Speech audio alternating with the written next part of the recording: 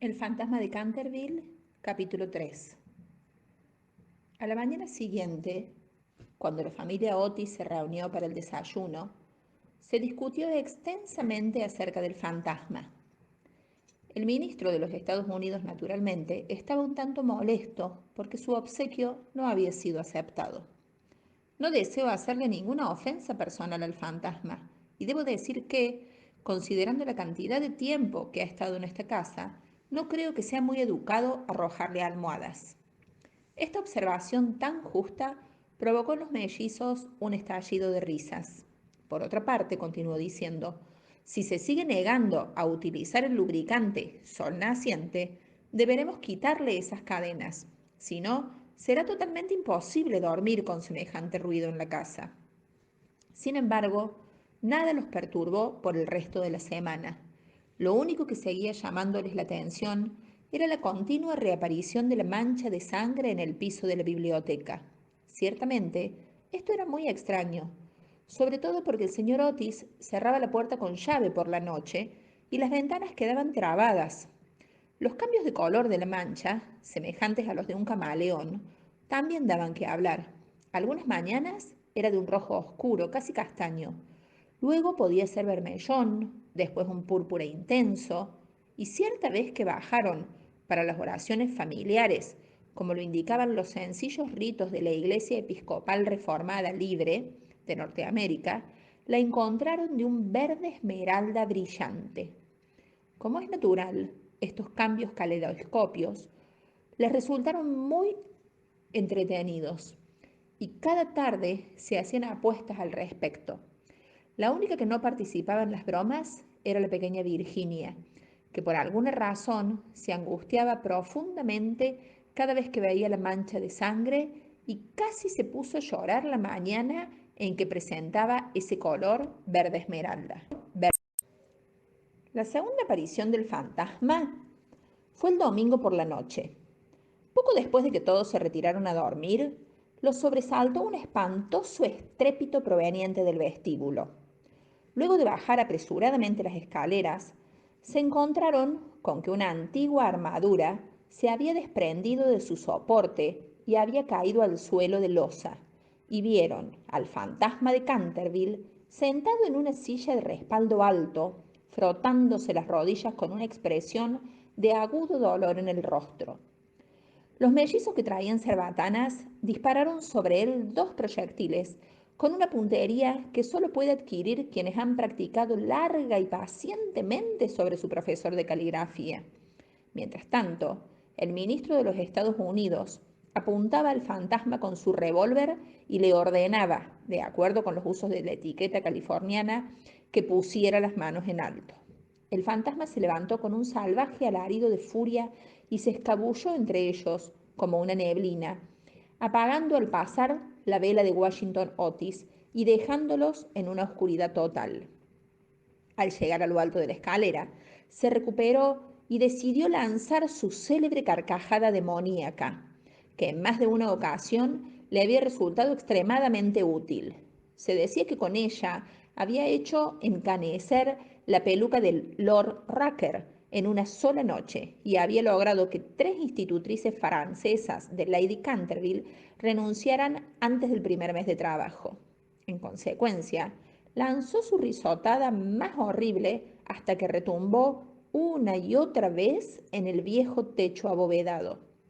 Pero cuando apenas empezaban a extinguirse los escalofriantes ecos, se abrió una puerta y apareció la señora Otis, vestida con una bata celeste, y le dijo al fantasma: me temo que usted no está nada bien de salud, y por ello le he traído una botella de la solución medicinal del doctor Dobell.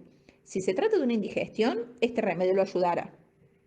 El fantasma la miró enfurecido y de inmediato comenzó a prepararse para convertirse en un enorme perro negro, una hazaña que le había valido un merecido renombre y a la cual el médico de la familia había atribuido la permanente idiotez del tío de Lord Canterville, el honorable Thomas Horton. Sin embargo, el sonido de unos pasos que se acercaban lo hizo desistir de su propósito, de modo que se limitó a volverse ligeramente fosforescente y se desvaneció lanzando un profundo gemido sepulcral, en el preciso instante en que los gemelos estaban por alcanzarlo. Cuando llegó a su cuarto se derrumbó por completo, presa de una violenta agitación. La vulgaridad de los gemelos y el grosero materialismo de la señora Otis, naturalmente, le resultaban de lo más exasperantes, pero lo que más le perturbaba era no haber podido colocarse la armadura. Había tenido la esperanza de que incluso aquellos modernos estadounidenses se estremecieran al ver al espectro con armadura, aunque no fuera por otra razón que el respeto a su poeta nacional, Longfellow, con cuya delicada y atractiva poesía él mismo se había entretenido muchas veces mientras los Canterville estaban en la ciudad. Además era su propia armadura, la había vestido con gran éxito en el torneo de Kenilworth y había sido muy elogiada nada menos que por la reina virgen. Pero esta vez, cuando quiso ponérsela, se vio completamente superada por el peso de la enorme coraza y del yelmo de acero, y cayó pesadamente al suelo, raspándose las rodillas y lastimándose los nudillos de la mano derecha. Durante varios días estuvo muy enfermo y únicamente se movía de su habitación para mantener la mancha de sangre en buen estado. Al fin, luego de muchos cuidados, logró reponerse y resolvió llevar a cabo un tercer intento de asustar al ministro de los Estados Unidos y su familia. Eligió el viernes 17 de agosto para su aparición. Pasó la mayor parte de ese día revisando el guardarropa y finalmente se decidió por un gran sombrero de ala flexible con una pluma roja, un sudario ceñido en las muñecas y el cuello y una daga oxidada. Al atardecer estalló un violento temporal y el viento era tan fuerte que todas las ventanas y las puertas de la antigua casa se sacudían y chirriaban. Ese era precisamente el tiempo que más le gustaba. Su plan de acción era el siguiente. Se abriría paso con sigilo hasta el dormitorio de Washington Otis. Le susurraría algo desde el pie de la cama y le clavaría 3 puñaladas en la garganta al son de una música lenta. Le guardaba a Washington un rencor especial, pues estaba perfectamente al tanto de que era él quien tenía la costumbre de eliminar la famosa mancha de sangre de Canterville con el detergente inigualable de Pinkerton. Después de reducir el imprudente y temerario joven a un estado de completo terror, se dirigiría a la alcoba ocupada por su ministro y su esposa, y una vez allí colocaría su mano viscosa sobre la frente de la señora Otis, mientras susurraría al oído de su marido tembloroso los horribles secretos del osario. Con respecto a la pequeña Virginia, aún no se había decidido del todo. Ella nunca lo había insultado, y era bonita y gentil. Pensaba que bastarían unos cuantos gemidos apagados provenientes del guardarropa, y si eso no la despertaba, podría tirar de la colcha con sus dedos crispados por la parálisis. En cuanto a los gemelos, estaba absolutamente resuelto a darles una lección. Lo primero que haría sería sentarse sobre sus pechos para producirles la sensación sofocante de una pesadilla. Entonces, como sus camas estaban muy cerca una de la otra, se pararía en medio de ellas, tomando la forma de un cadáver verde y helado, hasta que quedaran paralizados por el pánico. Finalmente, se quitaría el sudario y se arrastraría a gatas por toda la habitación mostrando sus huesos blancos y el globo ocular desorbitado, en la interpretación de Daniel el Mudo o el esqueleto del suicida, papel que en más de una ocasión había producido un gran efecto y que él consideraba comparable a su famoso Martín el Demente o el Misterio Enmascarado. A las 10:30 de la noche oyó que la familia se retiraba a dormir.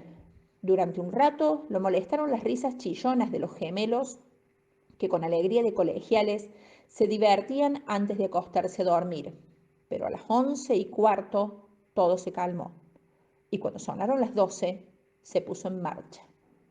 Un búho agitaba sus alas chocándose contra los cristales de una ventana. Un cuervo graznaba desde el tejo centenario, mientras el viento erraba quejumbroso alrededor de la casa como un alma en pena. Pero la familia Otis dormía sin saber lo que le esperaba, y por encima del ruido de la lluvia y la tormenta, el fantasma podía oír el constante ronquido del ministro de los Estados Unidos. Se deslizó sigilosamente a través del revestimiento de madera, con una sonrisa perversa en su boca cruel y arrugada, y mientras unas nubes ocultaban el rostro de la luna, pasó por delante del ventanal, donde estaba el escudo que representaba en azul y oro sus propias armas y las de su esposa asesinada. Siguió desplazándose como una sombra malvada, y hasta la misma oscuridad parecía asustarse a su paso. En un momento le pareció oír que lo llamaban y detuvo su marcha, pero era solamente un perro que ladraba en la granja roja, de modo que prosiguió, murmurando extrañas maldiciones del siglo XVI y blandiendo de vez en cuando la daga oxidada en el aire de medianoche. Finalmente, llegó a la esquina del pasillo que conducía al dormitorio del desafortunado Washington. Se detuvo allí por un momento, mientras el viento revolvía los largos mechones grises de su cabeza y retorcía en grotescos y fantásticos pliegues el indescriptible y horroroso sudario. Entonces el reloj marcó las 12:15 y supo que había llegado la hora. Se rió entre dientes y dio vueltas a la esquina, pero tan pronto lo hizo, retrocedió lanzando un lastimero gemido de terror y ocultó el rostro pálido entre sus largas y huesudas manos. De pie, frente a él, había un espectro horrible que permanecía inmóvil como una estatua y monstruoso como la pesadilla de un demente. Su cabeza era calva y reluciente, su rostro redondo, gordo y flaco, y una risa espantosa parecía haber retorcido sus rasgos en una mueca eterna. De los ojos le brotaban rayos de luz color escarlata. Su boca era un extenso pozo de fuego, y horrendas vestimentas como las de él envolvían la figura de aquel gigante. Colgaba de su pecho un cartel con una extraña inscripción escrita en caracteres antiguos. Parecía tratarse de un pergamino de la vergüenza, un registro de pecados brutales, un espantoso calendario de crímenes, y sostenía en alto, con su mano derecha, un sable de acero reluciente. Como nunca antes había visto un fantasma, naturalmente, sintió un gran temor, y después de lanzar un segundo vistazo sobre el horrible espectro, huyó a su habitación, pisándose el largo sudario mientras corría por el pasillo y dejando caer la daga oxidada dentro de una de las botas del ministro, donde la encontró el mayordomo a la mañana siguiente. Una vez en la soledad de su guarida, se desplomó en su catre y ocultó el rostro entre las sábanas. Después de un rato, sin embargo, el antiguo y valiente espíritu de los Canterville se afirmó en él y se decidió a ir a hablar con el otro fantasma tan pronto como despuntara el día. Por lo tanto, apenas el amanecer empezó a teñir de plateado las colinas, regresó hacia el lugar donde había visto por primera vez el espantoso espectro, pensando que, después de todo, dos fantasmas valían más que uno, y que con la ayuda de su nuevo amigo podría enfrentarse con mayor firmeza a los gemelos. Pero una vez en el lugar, se encontró con una escena terrible. Evidentemente, algo le había sucedido al espectro, pues la luz se había desvanecido por completo de sus ojos huecos. El resplandeciente sable había caído de su mano, y su cuerpo se encontraba apoyado contra la pared en una actitud forzada e incómoda. Se precipitó hacia él y cuando lo tomó de los brazos, la cabeza se desprendió del torso y rodó por el piso mientras que el cuerpo se reclinaba hacia atrás y él se dio cuenta de que agarraba una cortina blanca y de que a sus pies yacía una escoba, una cuchilla de cocina y una calabaza huecada. Incapaz de entender esta curiosa transformación, tomó la inscripción con febril rapidez y allí, a la luz gris de la mañana, leyó estas espantosas palabras. El fantasma Otis, el único, auténtico y original espectro. No se deje engañar por las imitaciones. Todos los demás son falsos. Y entonces vio las cosas con claridad. Había sido engañado, burlado y avergonzado. La antigua expresión de los Canterville volvió sus ojos, apretó sus encías desdentadas y alzando sus resecas manos por sobre la cabeza, juró, siguiendo los pintorescos conjuros de la vieja escuela, que cuando el gallo hiciera sonar 2 veces su alegre trompeta, hechos sangrientos causarían estragos y el crimen empezaría a rodar por todas las partes con sus pasos silenciosos. Apenas terminó de decir este juramento terrible, oyó el canto de un gallo que llegaba desde el techo de tejas rojas de una granja distante. Lanzó una larga, profunda y amarga carcajada y esperó. Horas y horas estuvo esperando, pero por alguna extraña razón el gallo no volvió a cantar. Finalmente, a las 7:30, la llegada de las criadas lo obligó a abandonar su temible vigilia y regresó a su habitación pensando en su vano juramento y su proyecto frustrado. Allí consultó varios libros de caballería antigua, de los que era un apasionado, y comprobó que, en cada oportunidad en que se había hecho uso de aquel juramento, el gallo siempre había cantado por segunda vez. Que caiga una maldición sobre esa malvada ave de corral, murmuró. En otros tiempos le hubiera atravesado la garganta con mi robusta lanza y aún muerta habría cantado por mí. Entonces se recostó en un cómodo ataúd de plomo y permaneció allí hasta la noche. Hasta la noche.